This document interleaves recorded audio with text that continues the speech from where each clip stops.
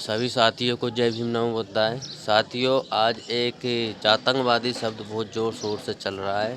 जो अम्बेडकरवादियों द्वारा एक जातंकवादी शब्द की खोज की गई है, जो जाति के आधार पर समाज का शोषण, अत्याचार और जातिवाद छुआछूत करते हैं, उनके लिए ये शब्द बनाया गया है। साथियों, ये शब्द किसी जाति विशेष के लिए नहीं है। ये शब्द उन सभी लोगों के है जो सभी समाज में है, जो जातिगत मानसिकता रखते हैं, जो भेदभाववादी मानसिकता रखते हैं, उन सभी लोगों के लिए ये शब्द बनाया गया है। और वो शब्द हर समाज में ऐसे लोग हर समाज में होते हैं, जातंकवादी सोच के लोग। वो कोई भी समाज हो, उस समाज में हर समाज में ऐसे जातंकवादी लोग हैं। एसटी, एससी, ओबीसी, माइनॉरिटी और जनरल सभी में जातंकवादी सोच के लोग पाए जाते हैं और सभी में समानतावादी सोच के पाए जाते हैं। तो हमारी लड़ाई सिर्फ इन जातंकवादी सोच के लिए है और इस जातंकवादी सोच को इस भारत से ख़त्म करना है।